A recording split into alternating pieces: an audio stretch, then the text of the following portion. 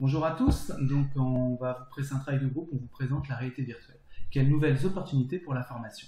Il faut savoir qu'il y a un salon qui est dédié au virtuel qui se passe à Laval en Mayenne, ça s'appelle Laval Virtual, et qui a lieu chaque année. Et je vous recommande vraiment d'y aller, c'est mondialement reconnu. Donc pour vous présenter la réalité virtuelle, dans un premier temps, nous parlons de définition. Ensuite, nous parlons d'accessibilité au niveau du virtuel. Fabienne vous présentera la formation et donc Sébastien les participants.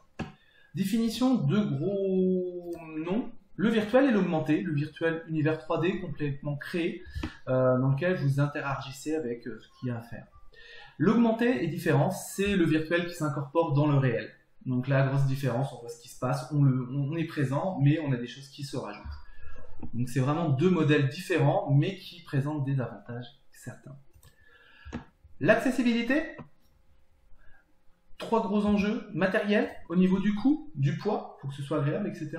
Donc voilà, et facile à porter.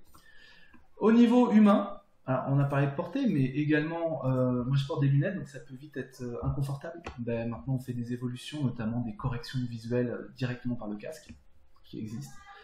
Mais pas que ça, intuitif. Voilà. Et des enjeux environnementaux. Actuellement, on utilise énormément le numérique et la réalité virtuelle consomme énormément de serveurs également et donc de pollution. Donc ça, c'est des enjeux environnementaux et il faut mettre plus de serveurs en place. Donc vous voyez la dualité. Ensuite, il y a aussi des zones blanches encore en France. Là, il faut, ces gens-là n'ont pas accès encore au virtuel, donc il y a encore un développement à faire par rapport aux Orange, etc. Voilà, donc globalement, on peut dire que c'est de plus en plus accessible, mais plus pour les grosses métropoles, etc. Si on ne faut pas éviter la Creuse. Voilà, c'est plus accessible au niveau matériel, humain et environnementaux. Maintenant, je laisse Fabienne présenter sa part pour la formation.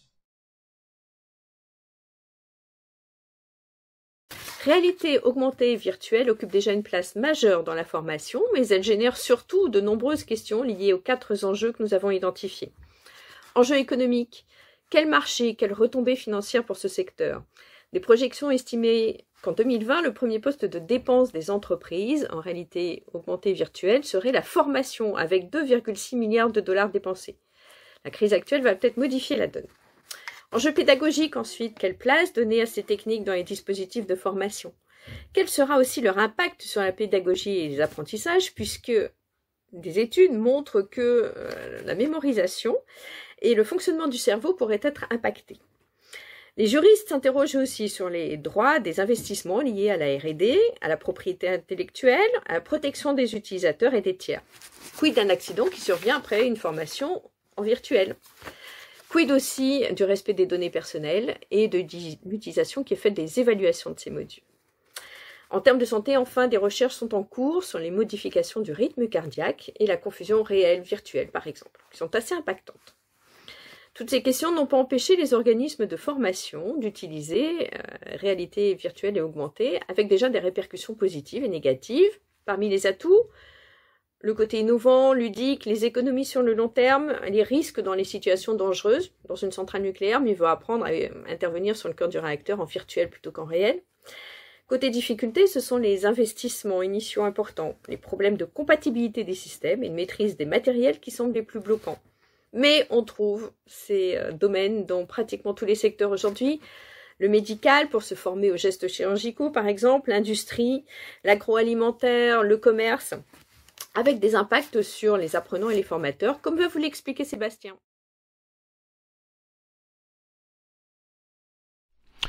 La réalité virtuelle et les opportunités qu'elle offre pour les formateurs et leurs participants peuvent se décrire autour de 2 enjeux principaux, que sont l'immersion et l'interactivité. L'immersion va être produite par un décor numérique qui représente un espace à 3 dimensions, où l'aspect sonore participe beaucoup à l'impact de ce même environnement. La deuxième clé, qui est l'interactivité, simule une véritable expérience vécue, qui fonctionne par analogie avec le réel, qui est pris en référence et où les participants deviennent acteurs face à ce qu'ils perçoivent. Cela a plusieurs répercussions majeures, dont la première est l'implication. Une qualité de l'attention longue et soutenue, où le corps est mobilisé pour participer et accomplir des actions, des gestes, des déplacements, et ce qui aidera énormément la mémorisation d'un contenu. À cette concentration s'ajoutera parfois également l'empathie vis-à-vis de certains autres contenus. Nos sens, habilement trompés, accentuent l'effet de présence d'une telle expérience. Il va en découler différentes pratiques qui seront dans divers domaines, qui seront impactés, économiques, sociales, scientifiques et pédagogiques bien entendu, où on retiendra certains paramètres clés permettant de donner la meilleure expérience utilisateur possible, la plus agréable, la plus riche, et toujours sans risque, et ainsi permettre également de conclure sur quelques aspects. La réalité virtuelle va se banaliser au cours de la prochaine année ou des 2 prochaines années. Elle restera expérimentale tout au long de son expansion, elle aura un progrès technique continu, et ce qui permettra également d'avoir un meilleur recul sur ses impacts éventuels au niveau de la santé. Je vous remercie de votre attention.